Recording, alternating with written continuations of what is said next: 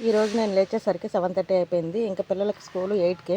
ఇంకా చేసేదేం లేక రాత్రి అనుకుంటే పెరుగు కలిపేసి పెట్టేశాను. ఇంకా మేమైతే రెడీ అవ్వాలి. 9:00కల్లా వెళ్ళిపోవాలి. 9, 9:30 కల్లా వెళ్ళిపోవాలి.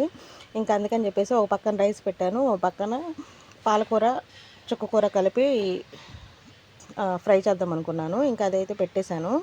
ఇంకా ఈ లోపల తాలింపులు, ఉల్లిపాయలు అన్నీ వేసేసి ఇంకా పాలకూర, చుక్కకూర వెంటనే వేయగానే ఉప్పు, పసుపు, కారం వేసేసి ఈ లోపల నేను బయట యూనిఫామ్లు ఉన్నాయి. మళ్ళీ రేపటికి యూనిఫామ్లు కావాలి.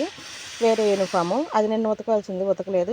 ఈరోజు ఉతికేసి ఆరేసి వెళ్ళిపోతే మళ్ళీ రేపటికి వస్తుందిలే అని చెప్పి నేనైతే ఉతకడానికి వెళ్ళాను. ఇంక ఇదైతే మగ్గిపోయింది. మగ్గింది కదా అని చెప్పేసి ఒకసారి వచ్చి మళ్ళీ కలిపెట్టాను.